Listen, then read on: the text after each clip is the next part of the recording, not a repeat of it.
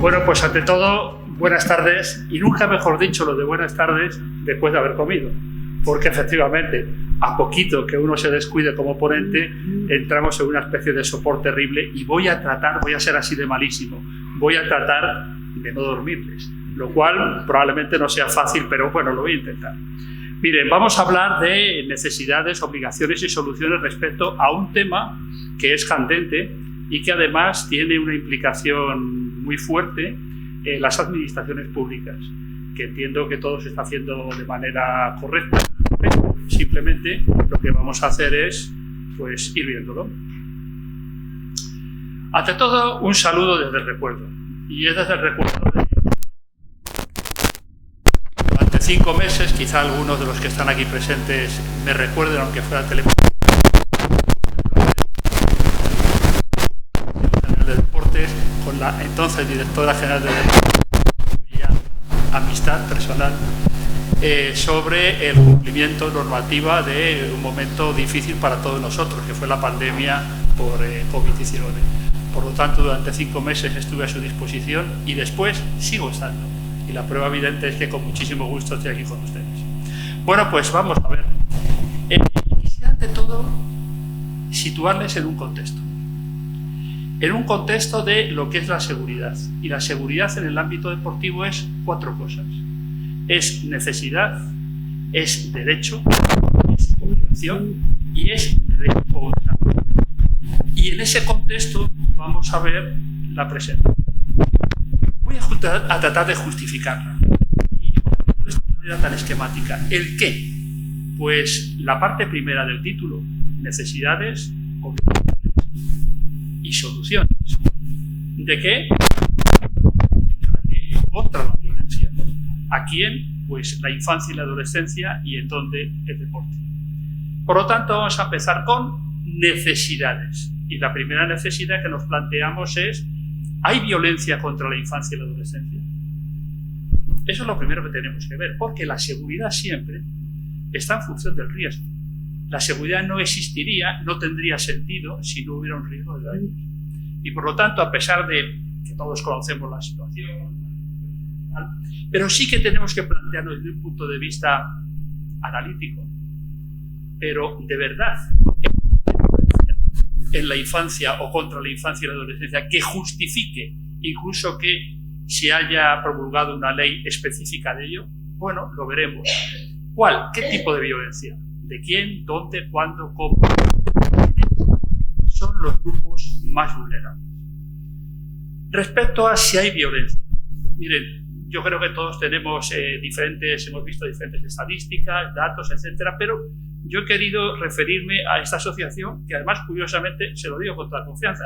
Lo he puesto en mi presentación y hoy, viniendo del tren desde Madrid, pues he empezado a ojearlo y me doy cuenta, no lo sabía, de que en mayo parece ser que esta asociación, después de muchos años, ha desaparecido, lo cual no invalida el mucho trabajo, y creo que muy bueno, que se ha hecho. Entre otras personas, pues estaban en ella Julen Guerrero, el antiguo seleccionador nacional de fútbol, etcétera, etcétera. Y nos dice lo siguiente. En el año 2018, dado que el 19 y el 20, como consecuencia de la pandemia, las estadísticas, digamos que no son muy fiables,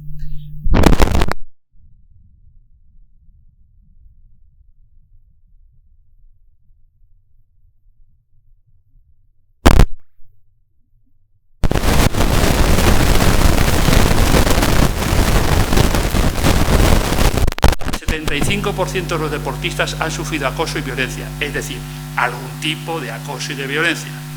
1 de cada 3 niños sufre bullying en el ámbito deportivo.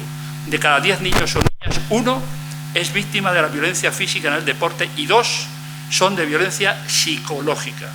Y 1 de cada 10 niños o niñas han sufrido abusos sexuales. Bueno, si esto es así, y no tengo en duda datos que hasta ahora han sido fiables por parte de esta asociación, pues evidentemente, claro que constatamos que hay una necesidad. Incluso la ley que luego vamos a ver, establece un catálogo de riesgos, puesto que cuando lo primero que tenemos que hacer es identificar el riesgo, luego evaluarlo y luego gestionarlo. Pero lo primero es conocer la naturaleza y la dimensión de aquello respecto a lo que queremos proteger. Y nos habla la propia ley, que ya lo veremos: maltrato físico, maltrato psicológico, maltrato moral, maltrato vejatorio, castigos físicos, castigos humillantes o denigrantes, descuido o trato negligente, injurias, pornografía infantil, acoso, bullying, ciberacoso, violencia de género, acceso no solicitado a pornografía, extorsión sexual, difusión pública de datos privados y discriminación, además de otros. Eso es lo que incluso la ley entiende como violencia contra la infancia y la adolescencia. Por lo tanto, cuando está hablando la estadística de esta asociación que hemos visto antes de violencia, evidentemente dentro de ello está... ¿De quién? Pues hablamos de vertical, descendente y horizontal. Vertical descendente, ¿de quién?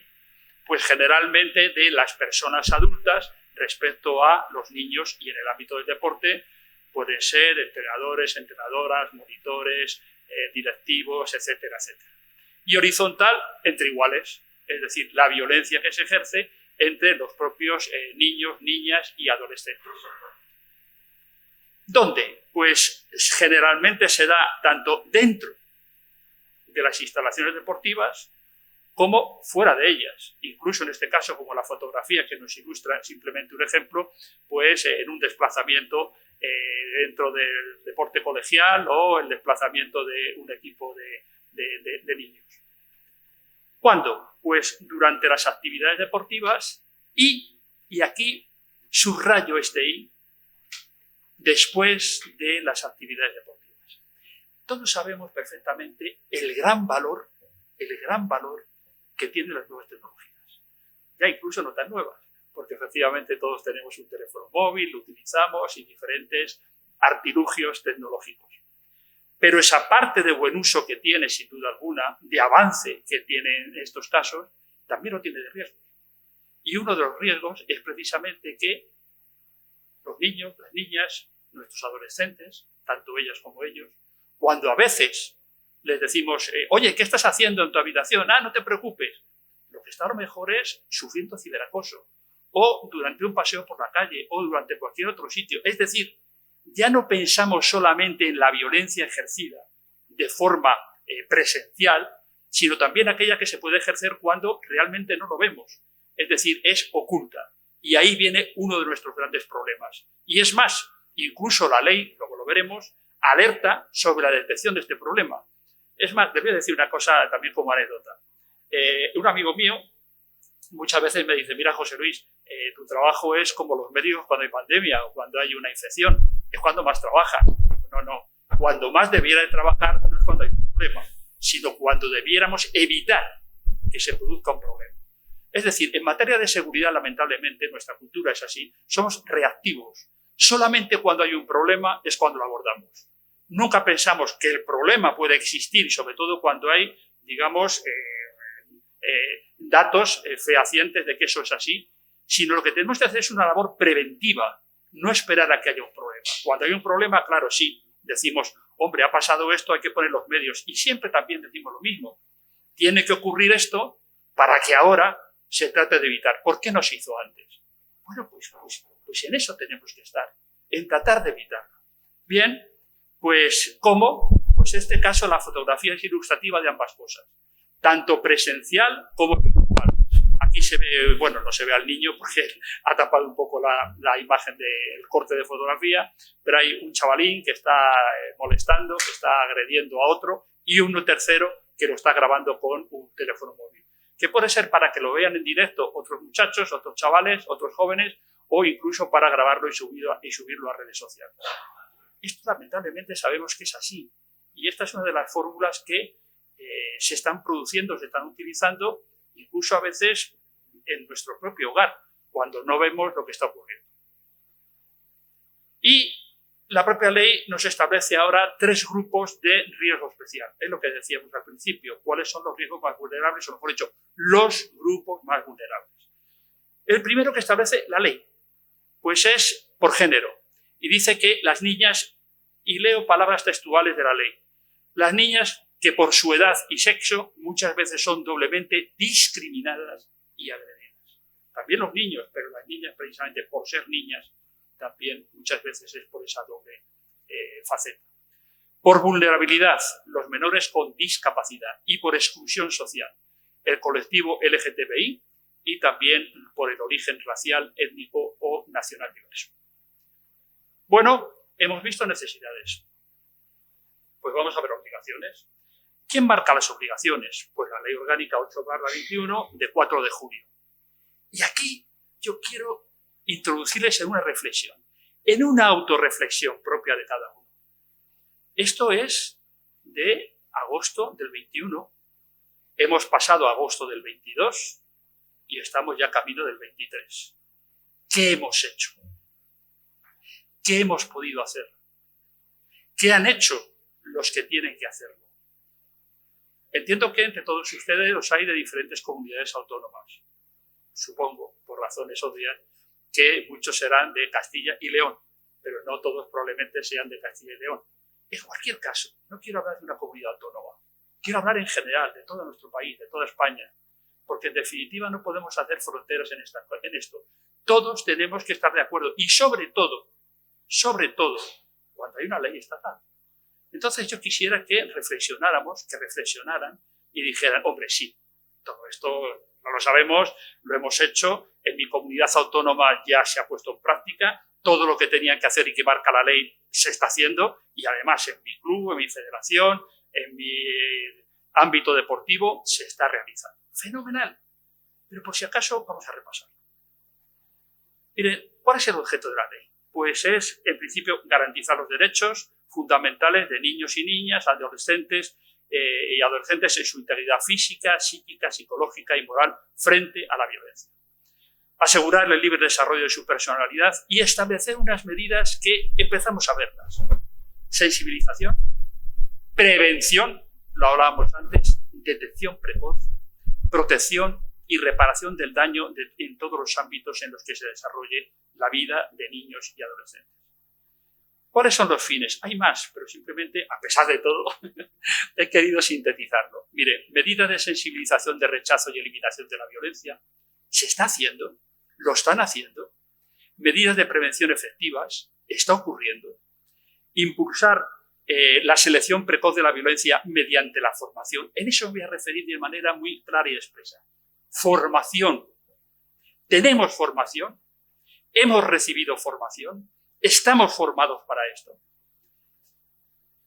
Reforzar los conocimientos y habilidades de los niños, niñas y adolescentes. Ellos mismos tienen que también detectar el problema y además estar formados para denunciar, si es necesario, la situación y no tener ningún tipo de cortedad.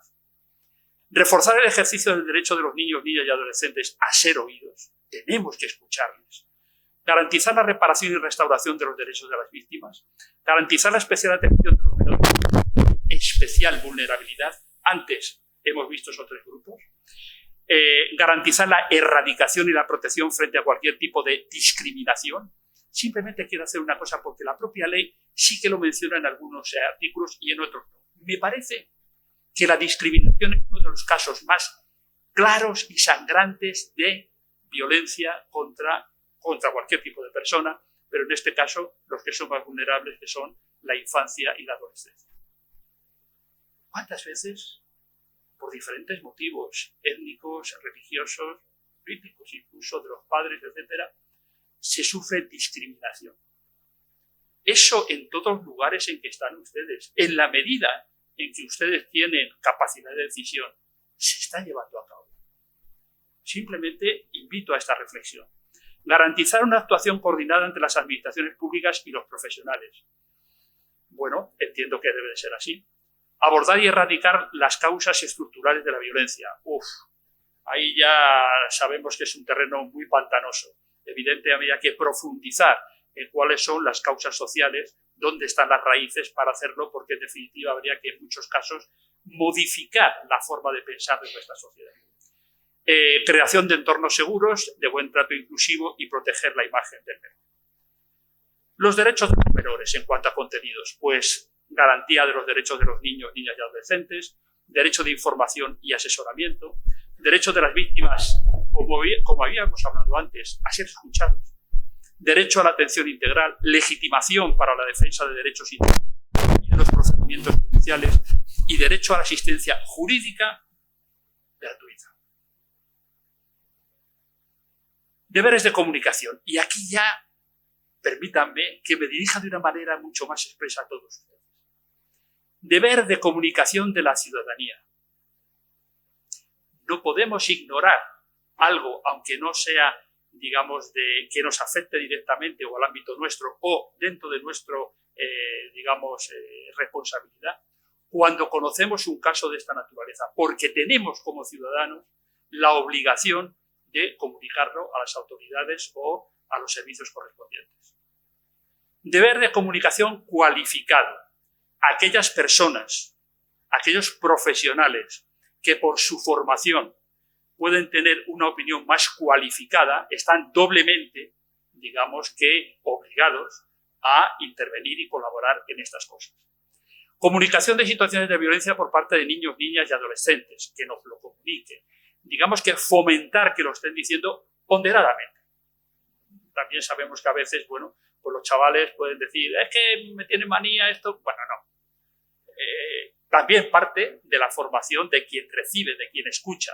Por lo tanto, estamos hablando de ponderación, pero razonablemente. Deber de comunicación de contenidos ilícitos en Internet. Cuando entramos en Internet y vemos que se están produciendo cosas que efectivamente no pueden ser, no podemos decir, bueno, esto conmigo no va. Va con todos, porque además es una obligación. Y protección y seguridad respecto a garantizar la confidencialidad, protección y seguridad de las personas que hayan comunicado a las autoridades caso de violencia. Eso también nos asiste, les asiste, en el caso de comunicar un caso de violencia, aunque, insisto, no sea especialmente vinculado a nosotros, pero sí tenemos conocimiento de esa situación. Y sensibilización, prevención y detección precoz. Una estrategia para erradicar la violencia en el ámbito que nos corresponda, los niveles de actuación y, insistimos, en detección precoz. Y vamos a hablar del contenido específico en el ámbito deportivo, porque hasta aquí, digamos que son las orientaciones generales en todo ámbito, educativo, social y ahora el deportivo específicamente. Aquí nos hablan el artículo 47, que supongo que además lo conocen todos ustedes, protocolo de actuación frente a la violencia en el ámbito deportivo y de ocio. Y nos dice, las administraciones públicas, en el ámbito de sus competencias, fundamentalmente, aunque no lo diga, está hablando de las autonómicas, además de las locales. La estatal, evidentemente, es la que emite la ley, pero también la tiene que cumplir, como es lógico. Regularán protocolos de actuación. Primera cuestión. En sus comunidades, en sus ámbitos, ¿les han llegado ya los protocolos de actuación? Sí, fenomenal. Se funciona muy bien. No. Llevamos un año. Para construir un entorno seguro en el ámbito deportivo y de ocio, que deben seguirse para la prevención, detección precoz e intervención frente a las posibles situaciones de violencia sobre la infancia y adolescencia comprendidas en el ámbito deportivo. Y de manera concreta y específica, la red de las federaciones deportivas y las escuelas municipales. Ahí la ley lo centra específicamente. Entonces, también la pregunta es obvia, aunque naturalmente no me van a contestar. En las federaciones deportivas, los que estén ahora representando a las federaciones y estén aquí, ¿se ha hecho? Pues supongo que sí, pero las territoriales. ¿Y en las escuelas municipales se lleva a cabo? Supongo que sí. Pero vamos a ver lo que hay que hacer, porque en definitiva no podemos decir en líneas generales, hombre, se cumple la ley. Porque muchas veces ocurre eso, cuando dices, hombre, ¿esto quién lo dice? Hombre, la ley, ¿quién lo va a decir? Ya, pero ¿qué ley? Hombre, vamos a ver, no me acuerdo ahora mismo el artículo, pero en la ley. Porque debajo de esa solución, digamos a veces un poco a la ligera, lo dice la ley, hay que ver si la ley dice eso. ¿Y qué es lo que dice? Bueno, dice que las entidades que realizan de forma habitual actividades deportivas o de ocio con personas menores de edad están obligadas a estas 7 cosas. Aplicación de los protocolos elaborados por las administraciones públicas. Mi primera pregunta es, ¿su comunidad autónoma ha elaborado esos protocolos y lo ha puesto a disposición de ustedes? Simplemente voy a tener una pequeñísima maldad. ¿Podrían levantar la mano los que en su comunidad autónoma han recibido esos protocolos? 3, 4, 5, 5. No quiero saber de qué comunidad autónoma. Líbreme Dios. Quiero un porcentaje. Miren el número de personas que están ustedes aquí y han levantado la mano 5. El resto entiendo que no. ¿Por qué no lo han recibido? Bueno, no seamos críticos. No digamos, ¡uy, qué mal funciona! No. Todos tenemos que trabajar en el mismo sentido. Si no se ha hecho por la razón que sea, lo que hay es que colaborar a hacerlo. Si a pesar de todo no se hace, nosotros tenemos la obligación de implementarlo y no decir, como a mí no me lo han dado, yo no lo hago. No. No solamente es esa frase tan recurrida. ¿Qué pueden hacer por nosotros o qué podemos hacer nosotros por los demás? Por lo tanto, ¿no se ha recibido? Bien, vamos a implementarlo porque podemos hacerlo, porque debemos hacerlo. Monitorización del cumplimiento de los protocolos. Me pueden decir, hombre, si el protocolo no lo tengo, difícilmente lo voy a monitorizar. Pero sí podemos implementarlo. Designación de un delegado o delegada de protección. Perdonen que vuelva a lo mismo. ¿Podrían levantar la mano los que en el ámbito en donde ellos están hay un delegado o delegada de protección? Un poquito más. Bueno, vamos mejorando. Pero no todos. Medidas para evitar la discriminación. No le voy a someter a interrogatorio. Participación activa de los menores de edad. Suponemos que sí. Relaciones entre organizaciones deportivas y progenitores. Y, ese sí, mirad. Ese ya y es la última. Formación específica del personal.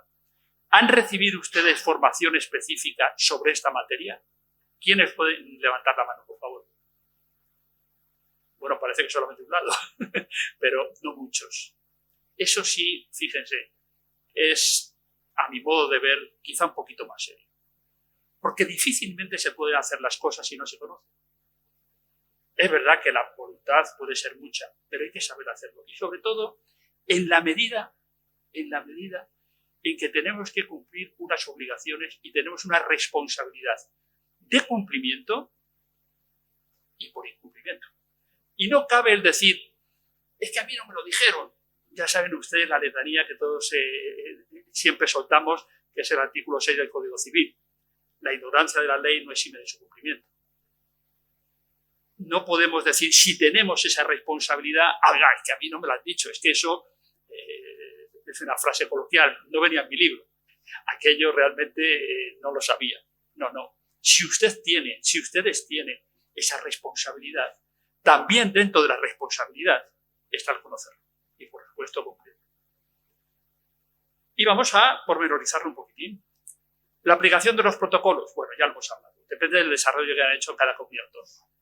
Monitorización, bueno, pues como creo que les facilitarán la presentación, no voy a pormenorizar todo, no voy a leer, pero al menos lo he planteado de esta forma. La ley dice, nosotros decimos y proponemos.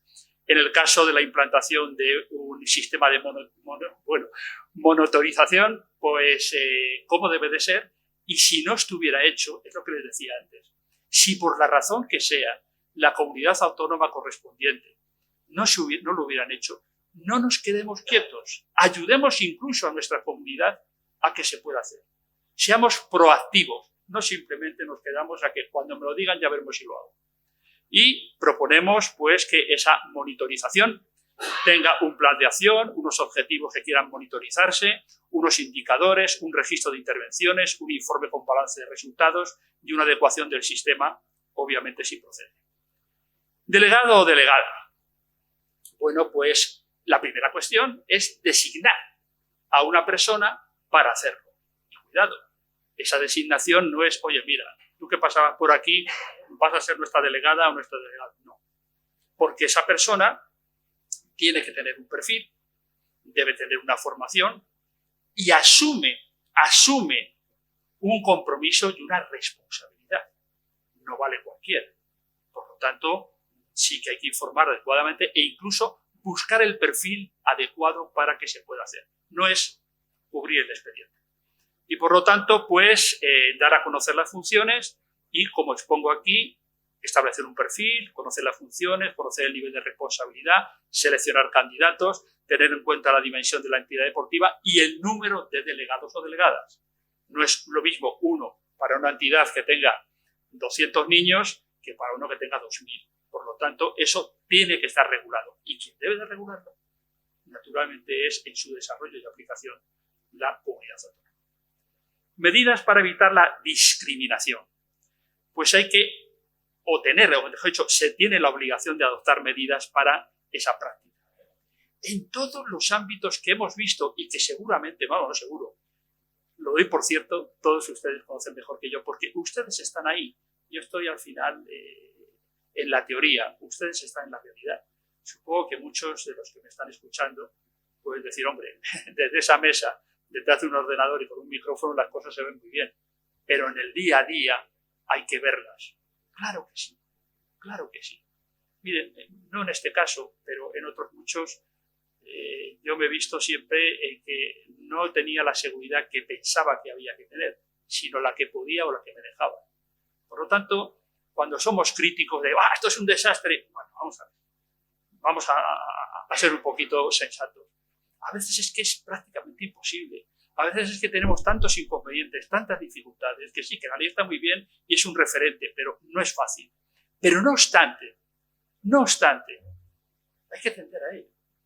Por lo tanto, bueno, pues decimos que una serie de acciones, pero he subrayado una. He subrayado una porque esa me parece fundamental. Por eso la he subrayado. Y es detectar, es identificar los factores de riesgo. Les he dicho antes que el esquema general de la seguridad es que la base de la misma es la existencia de riesgo de daños. Y tenemos que identificar el riesgo preventivamente para tratar de que no se produzca. Y ahí están los factores de riesgo. Nos tienen que formar, tenemos que estar formados en la identificación de los factores de riesgo, en este caso de violencia. Y es parte de esa formación que quienes la han recibido, como han levantado la mano, supongo que la tienen. Si no fuera así, pues siempre hay que actualizar cosas, hay que mejorar cosas, y quienes no han levantado la mano, por las razones que sean, pues señores, esa es la línea. Participación activa de los menores de edad. Los niños y las niñas, los adolescentes, nuestros jóvenes, nuestros menores de edad, en definitiva, hay que darles lugar a la participación, con acciones que realmente fomenten esa participación. No decir un día en una charla, bueno, vamos a ver, queremos que nos digáis cosas. Eso prácticamente, como ustedes saben perfectamente, eso va a ser muy difícil. No, es una serie de acciones, una serie de actividades, una serie de juegos, sociogramas, etcétera, etcétera, donde vamos a inducir, lo que vamos es a fomentar el que realmente se sientan partícipes. Y es verdad, pero todos nosotros, ¿cuándo realmente nos interesamos por las cosas? Hombre, una de ellas es cuando realmente tenemos el riesgo de que tengamos una sanción económica o incluso legal. Pero también cuando se sabe que se cuenta con nosotros y lo que decimos se tiene en cuenta. Que somos una parte del conjunto. Y es que esto tiene que ser entre todos. Esto no puede ser ni de las administraciones, ni de los responsables, ni de los delegados, ni de los profesores, ni de los monitores. Es de todos, porque la sociedad es nuestra, es de todos. Todos formamos parte de lo mismo. Y cuando yo salgo a la calle y veo un joven que ayuda a un invidente, aunque a mí no me afecte, yo digo, ole, qué buena educación tiene ese chaval. Cuando veo yo una chica que, por ejemplo, está ayudando a otra persona o incluso a un niño, digo, eso está bien. Porque entre todos formamos sociedad. Y evidentemente una de las formas más claras es evitar la violencia. Relaciones entre organizaciones deportivas y progenitores, ¿cómo no? Pero ¿cuántas veces se dice que la educación debe de estar en la escuela o la educación debe estar en la familia? No. La educación debe estar en la familia y en la escuela. Pero ambos entes educadores tienen que hablar, tienen que coordinarse, tienen que estar juntos, tienen que hablarse. Y en este caso, como en otros muchos, también. Formación específica del personal. Aquí sigue ya, permítame que me explaye un poquitín más. Y dice que además de la formación a la que se refiere el artículo 5, bueno, ya hablaremos de ello, es en general, quienes trabajen en las citadas entidades, hablamos de deportivas, deberán recibir una formación específica para atender adecuadamente a las diferentes actitudes y capacidades de niños, niñas y adolescentes. Entonces, la ley habla de quienes trabajan en entidades, pero no dice, luego sí lo matiza, pero no en general, quienes trabajan en entidades. Es más, cuando dice que los que estén en contacto directo, no contradice este párrafo y lo quiero matizar. Es que solamente es el monitor, entrenador, profesor, profesora, que está en contacto directo con los niños y con los adolescentes, quien tiene que tener la formación. No solo esos. También quienes trabajen en las entidades que estén con niños y niñas, directivos, administrativos, etc. Cuando un niño o una niña se acerca a la persona que está en consejería y le pide ayuda porque tiene un problema, no puede decir, oye, mira, guapo, yo no, esas cosas no llevo, díselo a tu profesor. Todos. Y eso es una estructura de funcionamiento que tenemos que vigilar y coordinar, evidentemente. La formación. Bueno, pues tampoco me voy a leer, me voy a someter a esto, porque luego hay una cosa que sí quiero hacer hincapié en ella. Pero sí que he subrayado o puesto en color rojo lo que antes les he dicho. Identificación de los factores de riesgo y de una mayor exposición a la vulnerabilidad ante la violencia. Porque no todos los niños y niñas tienen el mismo nivel de vulnerabilidad. No todos los jóvenes tienen el mismo nivel de vulnerabilidad. Hemos visto tres riesgos, mejor dicho, tres grupos de riesgo. Pero en nuestro entorno, en nuestro día a día, sí que podemos detectar algo que no están en esos grupos, pero realmente es así. La certificación negativa, que todos sabemos que tenemos que tener cuando se trabaja con niños, y aquí sí me voy a detener un poquito más. La Agencia Española de Protección de Datos. Uno de los grandes problemas, como incluso les he mostrado en una de las imágenes, era el ciberbullying. Es la gran herramienta, las tecnologías de la información y la comunicación, pero como todas, para un buen uso, y si se hace un mal uso, también tienen unos riesgos muy importantes. Y en este caso, la Agencia Española de Protección de Datos ejercerá las funciones y potestades que le corresponden. Y aquí voy una pregunta que no quiero que levanten el brazo. Todos ustedes, señores, señoras, señoras y señores, ¿tienen conocimiento sobre normativa en protección de datos, incluidas las imágenes como datos? Porque difícilmente lo van a poder hacer si no tienen esa formación. Claro que al día de hoy, yo además he dado varios cursos aquí en Castilla y León, ya hace algún tiempo, sobre todo en la época en que estaba, digamos, más de actualidad la formación sobre protección de datos. Pero no es las cuatro cosas que sabemos. Incluso cuando entramos en un local y vemos un cartelito amarillo que nos alerta de espacio o zona videovigilada y decimos, bueno, vale. Ustedes saben que podemos ejercer nuestros derechos y uno de ellos saber o conocer qué hacen con nuestras imágenes. Y quienes están responsabilizados de ese lugar tienen que tener a nuestra disposición unos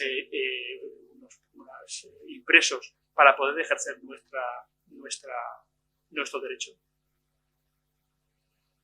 Es más, en algún caso, ahora ya no lo hago, en algún caso he entrado a algún centro oficial y he preguntado, oiga, por favor, solamente por curiosidad, si yo quiero ejercer mis derechos en cuanto a saber qué hacen con las imágenes, ¿me puede enseñar usted, por favor, el impreso? Y claro, la chica o el chico que está ahí se queda mirando como diciendo, ¿este hombre qué me pide? Pues mire usted, algunos un poco más con más desparpajo dicen, es que en este momento no está el jefe y no se lo podría decir, pero en cuanto venga yo se lo digo. Otros, mire usted que nadie nos ha pedido eso. Bueno, vale, no pasa nada, simplemente es que quería saber. Bueno, pues Si no conocemos nuestros derechos, ¿cómo vamos a poder ejercerlos? ¿Cómo vamos a poder ayudar a los demás? Eso también es formación. Bueno, la Agencia Española garantizará la disponibilidad de un canal accesible y seguro de denuncia. Eso también tenemos que saberlo. Se permitirá a las personas menores de edad que así lo soliciten formular una denuncia por sí mismas y sin necesidad de estar acompañados de una persona adulta. Las personas mayores de 14 años podrán ser sancionadas por hechos constitutivos de infracción administrativa de acuerdo con la normativa sobre protección de datos personales. Y aquí viene la guinda del pastel. Por eso la he puesto en color guinda. Cuando la autoría de los hechos cometidos corresponda a una persona menor de 18 años, responderán solidariamente con ella de la multa impuesta a sus progenitores, tutores, acogedores y guardadores legales o, de hecho, por este orden en razón del incumplimiento del deber de cuidado y vigilancia para prevenir la infracción administrativa que se impute a las personas menores de edad. Es verdad que, bueno, no sé la experiencia que tienen ustedes en el año que llevamos de lo que se ha hecho.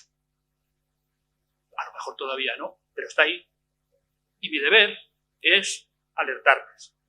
Y por eso lo he escrito y supongo que se lo pasarán a ustedes después. En resumen, pues miren, les pongo un cuadro donde las acciones, protocolos de actuación, las administraciones públicas, designación del delegado o delegada, los propios centros deportivos. El plan de convivencia es verdad que está referido en principio a centros educativos, pero por analogía se entiende, y supongo que las comunidades autónomas que lo han desarrollado tal vez lo hayan hecho así, deben ser también los centros deportivos. Planes y programas de prevención, pues deben de hacerlo las administraciones públicas competentes y los demás seguirlo. Sistemas de monitorización, los centros deportivos. Y planes de formación, pues tienen que ser las comunidades autónomas o si no, las entidades que estén en disposición de poder hacerlo. Lo que les comentaba antes, casi para terminar. Si no se ha hecho, por las razones que sean, no esperemos a que nos digan, hombre, cuando lo hagan ya veremos. Porque si mañana hay una denuncia por discriminación, por cualquier tipo de violencia, y ustedes tienen la responsabilidad, ustedes naturalmente van a tener la sanción que corresponda probablemente. Incluso en materia de protección de datos. Soluciones. Pues miren, les propongo 6. Monitorización para asegurar el cumplimiento de los protocolos hecho por las entidades, si no las ha facilitado la administración pública. Identificación de los factores de riesgo. Estamos hablando de formación e identificación de los factores de riesgo. Formación en la realización de las funciones del delegado o delegada. Formación en los derechos fundamentales de la infancia y la adolescencia. Formación en la elaboración de planes de convivencia. Y formación, en definitiva, de lo que les dije al principio. Gestión de la seguridad integral aplicada al ámbito deportivo. Quizá me pueden decir, bueno, ya, ¿y a dónde vamos? Aquí hay un cartel en la esquina que nos lo diga. Bueno, permítame también esto.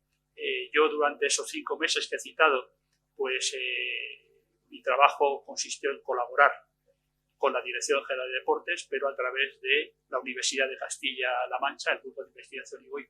Hoy estoy aquí por la misma razón.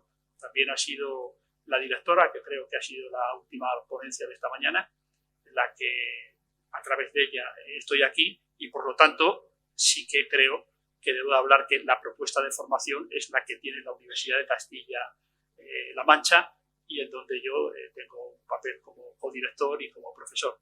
Son estos cursos de experto que entiendo que quizá muchos lo conocen, entre otras cosas porque en el caso de experto universitario ya es la 10ª edición, es decir, lleva 9 años y ahora será el 10º y por lo tanto está ahí. Y luego hay otro curso que es este año nuevo para quienes no tengan titulación universitaria, pero que también puedan hacerlo. Y con esto, pues muchísimas gracias y a su disposición.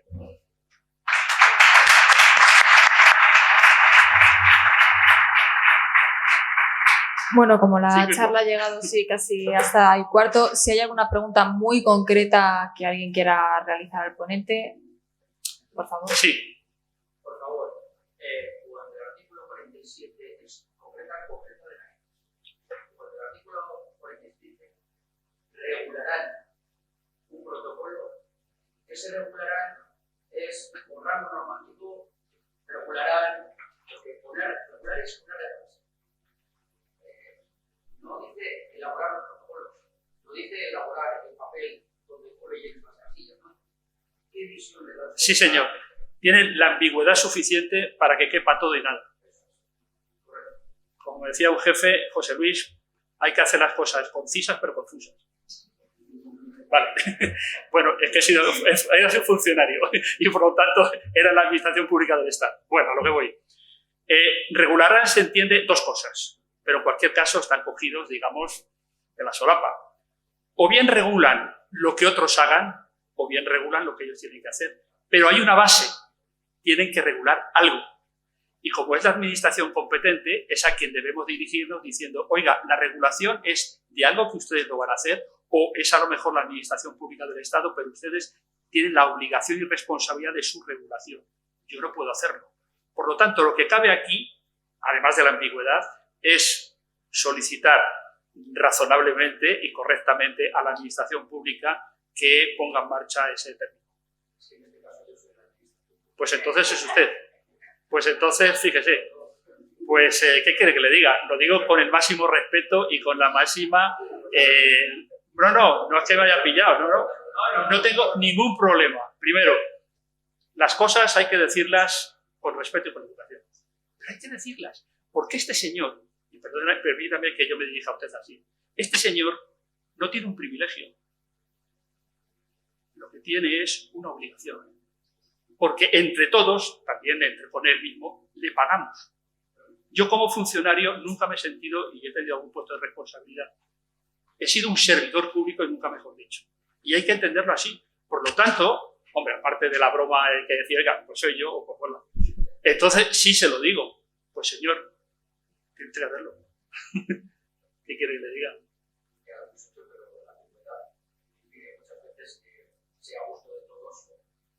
Bueno, vamos a ver. Ahí también le digo una cosa. Como sabe perfectamente, los juristas son los que en este caso, que cada uno puede tener su opinión, es en definitiva el que tenga mayor rango. Que con todo y con eso habrá interpretaciones distintas, por supuesto, como muchísimas cosas. Pero al final es mi sugerencia. Igual que en otras cosas, en otros ámbitos, ahora cuando hay ciertas disposiciones dice, según la ciencia. ¿Qué ciencia? Según la ciencia. O según los expertos. ¿Qué expertos? El comité de expertos. Oiga, dígame cuál es el comité de expertos. Es que por razones de confidencialidad no se puede decir. Pues esos vericuetos los tenemos todos. Al final, usted, que no sé, ni tampoco me interesa, cuál es su puesto exactamente, ni cuál es su responsabilidad, pero me habla de que es la administración pública, supongo que al menos sea autonómica, no sé si local, pues le digo una cosa, tendrá un servicio jurídico, lógicamente, y que además cobran por asesorar jurídicamente y hacer dictámenes. No hay problema, tenemos un radio de infancia y juventud. No paso ya tenemos casi 7, no pasa nada. Pero es así, es más, habría que preguntar naturalmente a quien ha hecho la ley o a quien la ha hecho por qué lo han actuado así, porque después hay una contradicción que la he mencionado antes, que cuando dice regulación, luego sin embargo especifica. Y por lo tanto hay una contradicción entre ambas. Bueno, las ambigüedades propias de que depende de lo que a mí me convenga, le digo a usted una interpretación. Más cosas. Bueno, tenemos poquito tiempo. Una pregunta muy breve, si no.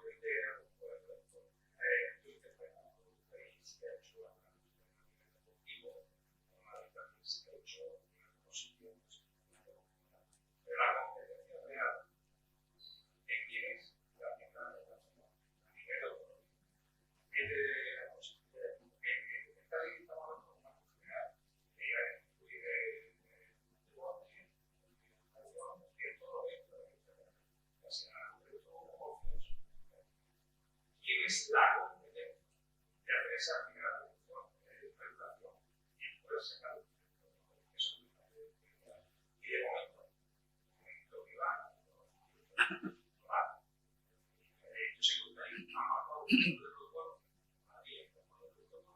pero que no está amparado del protocolo previo general de la propia infancia, no sé, muchas de la posibilidad.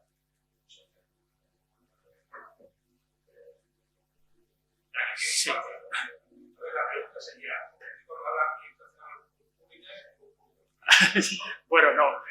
Hay tres, aparte de la europea. Está la autonómica, bueno, la autonómica, provincial, la autonómica y la nacional. Es que justo... Claro. La competencia del deporte escolar como materia prácticamente exclusiva. Es que justo iba a hablar ahora es por eso que de los territorios históricos. Justo iba a hablar. El jurídico del gobierno, sino de la diputación. Claro, vamos a ver. Hay que respetar, evidentemente, también esas singularidades de algunos territorios. Tanto en cuanto a asunción de competencias como distribución de las mismas. Entonces, café para todos no. Unos con leche, otros cortaditos y otro americano. No, hay que analizar caso por caso. Pero hay una cuestión que yo creo que hay que ser prácticos. No podemos diluirnos en asunción de competencias. Tenemos que ser prácticos. Tenemos que ir al grano. No podemos escudarnos en esto no es de mi cuenta. Vaya usted lo típico del funcionario. Oiga, mire, este no es, vaya al negocio siguiente. No, ahí ponga usted un sello.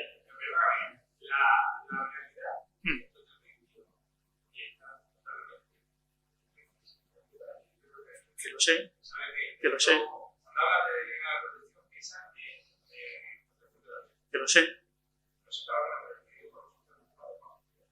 Bueno, sin entrar en persona, que lo sé, que sí. Es más, esto es muchas veces que dice, las leyes, hombre, Tierno Galván decía que los compromisos políticos eran para luego no cumplirse. Pues esto es aplicable también a las leyes. Hay veces que sí y hay veces que no. Pero efectivamente, se suelta la ley. ¿Por qué? Porque además hay una directiva europea, etcétera, etcétera. ¿Cuál es la aplicación real de esto? Pues la aplicación real de esto, señores, es que tenemos un problema, tenemos una necesidad y tenemos que darle solución. Porque aquí no podemos otra cosa. Y si la administración pública, la que sea, diputación, ayuntamiento, tal, por lo que sea, no lo está haciendo, la sociedad tenemos capacidad más que suficiente como para poder hacerlo. Y claro que lo podemos hacer. Y por supuesto que sí, hay entidades de todo tipo para llevarlo a cabo. ¿Que nos lo deberían de hacer? Sí, lo vamos a exigir, pero mientras no nos quedemos solamente en la exigencia, sino en hacer las cosas. Yo quiero que mi país vaya adelante. Y si quien tiene que conducirlo no lo hace, yo pondré mi grano de arena y lo pongo. Y lo demás, que cada uno, digamos que arrastre sus propias responsabilidades. Pero hay que ser positivos. ¿Que están las cosas muy mal? Bueno, puede que sí, no todas. Algunas están muy bien y hay gente que trabaja muy bien. Pero si usted puede hacer algo y sabe cómo hacerlo, hágalo. Pues buen cierre, pues, yo creo, para la charla. Muchas gracias.